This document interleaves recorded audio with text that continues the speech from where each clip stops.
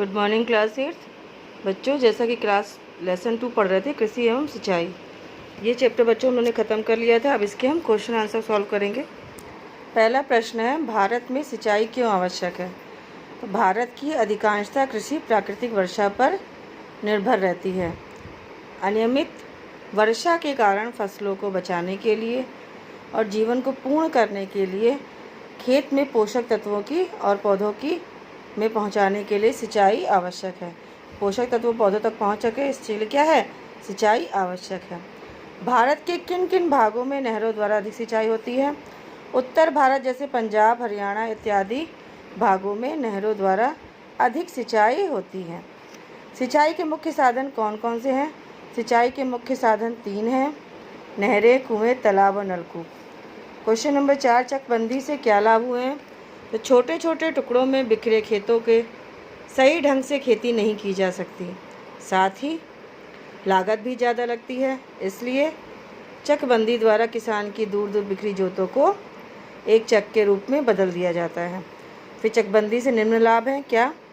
किसानों की बिखरी जमीन एक स्थान पर मिल जाती है। किसानों के समय की बचत होती है बच्चों। किसानों को एक ही बार में बुआई, जुताई और सिंचाई कर लेते हैं। इससे पैदावार में वृद्धि हुई है।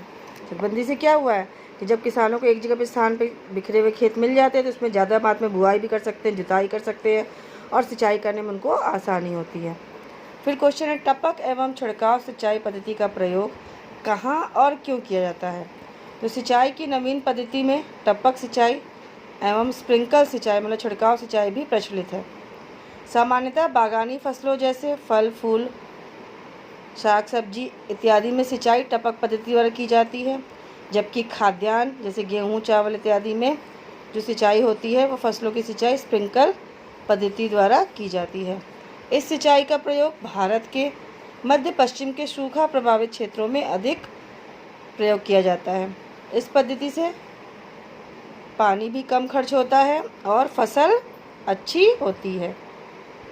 नेक्स्ट प्रश्न है, हरित क्रांति का क्या अर्थ है? अच्छे बीज, खाद, सिंचाई तथा आधुनिक यंत्रों के उपयोग द्वारा कृषि उपज में वृद्धि करना ही क्या है? हरित क्रांति कहते हैं। Doctor MS. स्वामीनाथन को हरित क्रांति का जनक माना जाता है। गेहूं तथा चावल की उन्नत किस्मों का उल्लेख कीजिए। नेक्स्ट क्वेश्चन है, गेहूं तथा चावल की उन्नत किस्मों का उल्लेख कीजिए। तो देखिए, गेहूं की उन्नत किस्में सरबती, सोनारा, कल्याण, सोना, हीरा। आपको बच्चों इस तरीके से क्वेश्चन दिया है कि गेहूं की, चावल की उन्नत किस्मों के नाम दिए, उन्हें सही सूची में लिखिए। तो ये मिक्स लिखा हुआ, इसमें क्या छांट के लिखना है आपको? गेहूं और चावल की उन्नत किस्में, इसमें क्या करना है? छांट के लिखना है गेहूं तथा चावल की उन्नत किस्में, इस तरीके से। तो आपका गेहूं और चावल की उन्नत किस्में क्या है? तो गेहूं की किस्में हो गई IR, ताइचुंग 65, जया, पद्मा, पंकज, जमुना और साबरमती। ये हो गई आपकी धान की किस्में। गेहूं किस्में क्या हो गई? सरबती, सोनारा, कल्याण, सोना और हीरा। फिर से देख लीजिए बच्चों, गेहूं की उन्नत किस्में क्या है? सरबती, सोनारा, कल्याण, सोना और हीरा। और धान की उन्नत किस्में क्या है?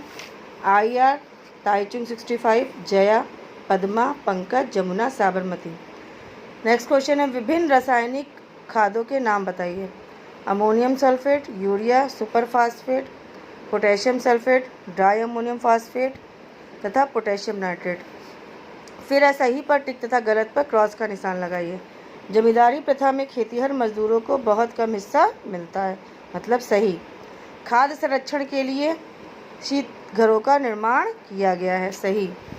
चकबंदी में किसानों के खेत अलग अलग बिखेर दिए जाते हैं, गलत, क्योंकि एक स्थान पर दिए जाते हैं। उत्तर भारत में नहरें सिंचाई का प्रमुख साधन है, सही। और सिंचाई के प्रमुख, नेक्स्ट क्वेश्चन है, सिंचाई के प्रमुख साधनों का उल्लेख कीजिए। प्रमुख साधन जैसे नहरें, कुएं, तालाब, ये सब क्या है? सिंचाई के साधन है।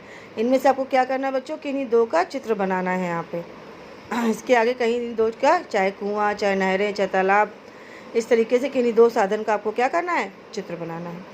ये चैप्टर आपका बच्चों यहीं ख़त्म होता है। यहीं तक आपका टेस्ट कोर्स है। ये सारे बच्चे अपना काम करके स्कूल में आके कॉपी चेक करा लेंगे जिस दिन आपको बुलाया जाएगा। तो अपनी कॉपी का सारा काम पूरा करके कॉपी चेक करा लीजिए और रोज़ का रोज़ लर्न करना शुरू कर दीजिए, क्योंकि नेक्स्ट वीक में आपके टेस्ट शुरू हैं। आज बस इतना ही। थैंक यू बच्चों।